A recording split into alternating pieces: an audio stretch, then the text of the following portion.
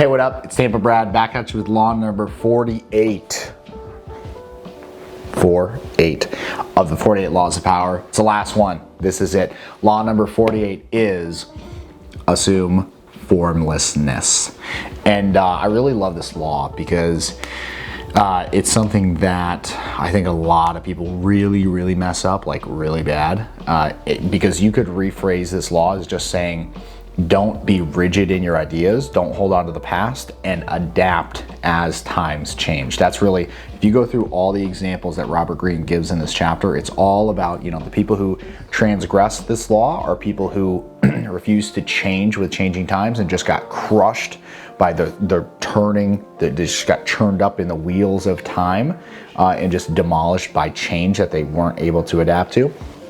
And the people who are successful because of this law were people who were able to bob and weave and be like water. Water's formless, right? But it takes the form of whatever it's in. But it technically is formless. It can take any form. It can snake its way in anywhere it needs to go. So the people who are like that and like water and don't hold on to a specific form are the people who are successful.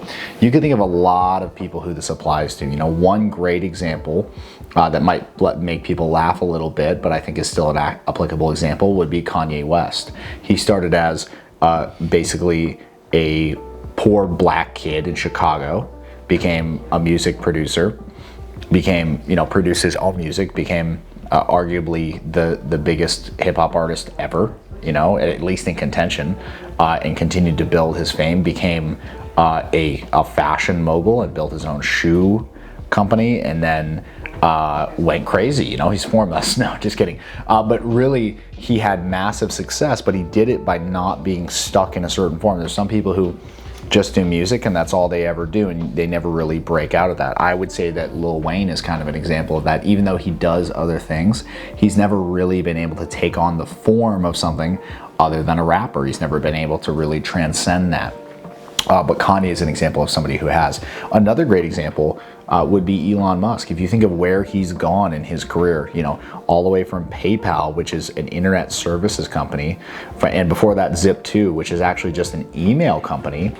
They just did email service, from email all the way out to car manufacturer or spaceship manufacturer, right? And space company. That's a pretty wide gambit. Like, as things have come up in his life that he saw were important and that he thought he needed to do, he's been able to be formless and move in them and take on those different forms and do it very well, by the way. So that's something he's been able to do. And there are countless examples of people who have been wildly successful and been able to assume formlessness and not get trapped in what they think is the way to do things. So what this law really calls on you to do is to not be mentally lazy. I think one of the most dangerous things that I see people doing is what I usually call mental sloth. I don't know where I actually got that word originally from, but for some reason I read it at one point in my life. I read somebody say the phrase mental sloth, and it's what mental sloth is it's when your brain is not engaged and you're actually saving your brain juice, you're saving energy by not turning on your brain, by not activating the frontal lobe and just doing things willy-nilly. It's like the people who look like they're half out of it and they're just like, ugh. They're probably like, sometimes you might get into, you don't really experience this very much, but sometimes with Uber, you'd experience it more with cab drivers than with Uber, but you get into a cab and the cab driver would just kind of like grunt at you if you said hello. They'd be like, mm. But that's a person who's experiencing mental sloth. You can't do that if you're abiding by this law. It's calling on you to not do that and to be switched on. And someone who you might say like the lights are on in the house, back in their brain, that's someone who's abiding by this law and being formless. They're ready to move, change, and adapt as things come at them. And they're not mentally dead inside. You'll find that a lot of people who obey this law and are okay changing as things around them change also are a lot happier. This leads to a lot of happiness because you aren't stuck on being attached to something. You're not attached to something being a certain way. You're just looking at the world as it is and you're adapting yourself to it. Water, right? Like a cup of water, if I have a cup here, go Bucks. And if I dump that water out onto the floor, the water's not mad that it spreads across the floor. It just spreads across the floor. It's formless, right? Or if I take it out of the faucet and put it in a cup, the water's not mad that it has to be in a cup. It's formless. So if you can adapt that to your own life and not be mad about the forms that you have to take at different times, that's going to really serve you well. The other thing that this really calls on you to do is not allow your ego to get in the way of what you want to do. Now, a lot of people hear that and they'll go to the other extreme of having no self-esteem and letting themselves be walked all over. I've certainly lived that, certainly experienced it, have a lot of experience in letting that happen to me, you know, in a big way. But not because of anybody was taking advantage of me, because I was just asking for it. I was literally just, that's the way I was living my life.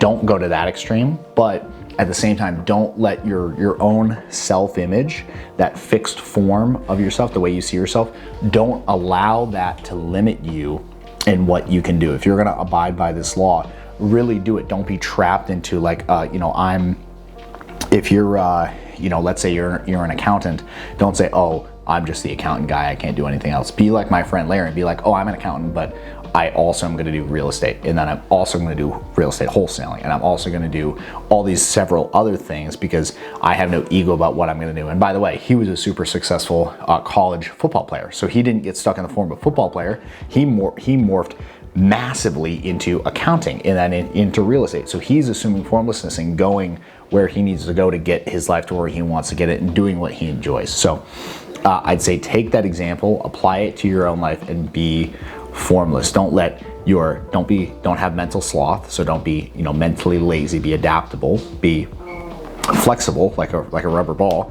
And then also, don't let your ego get in the way of doing the things that you need to do in order to be successful and adapt to your environment around you. Because that's, in my opinion, how you'll truly be happy, is when anything can happen to you and at the end of the day, it's going to be fine and things aren't going to get any worse. Like, nothing could possibly happen to make your life worse. Things just happen, right? It's only your perception of things that makes them bad. And so that, I know, is a little esoteric and we're getting a little out there, but that is what this law deals with. So I'd highly encourage you, if you haven't already, if you're seeing this video and you haven't seen the other 47 videos I did, pick out a couple that you like, watch them.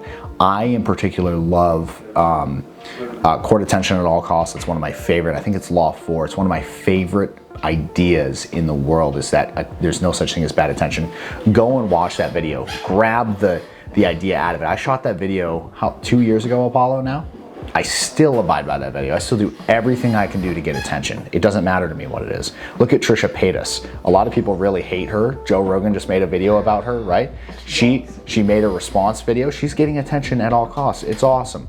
I agree with Joe Rogan. I think, yeah, you can keep that. But she's getting attention at all costs. It's working and it's fueling her life, which looks awesome. So other than, the physical condition, which I don't approve of, I think that obesity, you shouldn't allow yourself to be that way. But that's my opinion. Hey, it is what it is. So anyways, if you haven't gotten into this book, The 48 Laws of Power by Robert Greene, do it. This is a book that's worth reading. It will stay, the things that you pick up as you go through it will be things that will stay, just lodged in your brain, and you can't really predict where they're going to come out, but you'll be in a situation, you'll be like, oh man, that's law number 11. This is crazy. I'm seeing it firsthand. You'll actually see these things pop up in your life, some more than others, but you will see all of them. I can genuinely say I have seen an example in my life of every single one of these 48 laws since I first read it I think I read it for the first time probably about 4 years ago. I probably read it 7 or 8 times in total since then, because it's so valuable to go back and revisit the laws and self-evaluate, okay, where am I failing at this one? Or where am I, really succeeding with that one? How can I do even better? It's a great way to do some self-evaluation, some self-reflection, and also help the people around you potentially if they're open to it. So that said, grab The 48 Laws of Power by Robert Greene. I do it on audiobook because that's just how I like to consume things. Get it in whatever way suits you. If you have questions about any of these laws, leave a comment under the video and just let me know. Let me know if you liked it. Let me know if you hated it. If you think I'm wrong, tell me that. Let me know what you thought about it. And I really appreciate your attention. Thank you for watching. If you've watched all these 48 Laws of Power videos, leave a comment and let me know that. I have a special gift for you. And thank you. I really appreciate it. I'll talk to you very soon in the next video. Thank you for watching. Peace.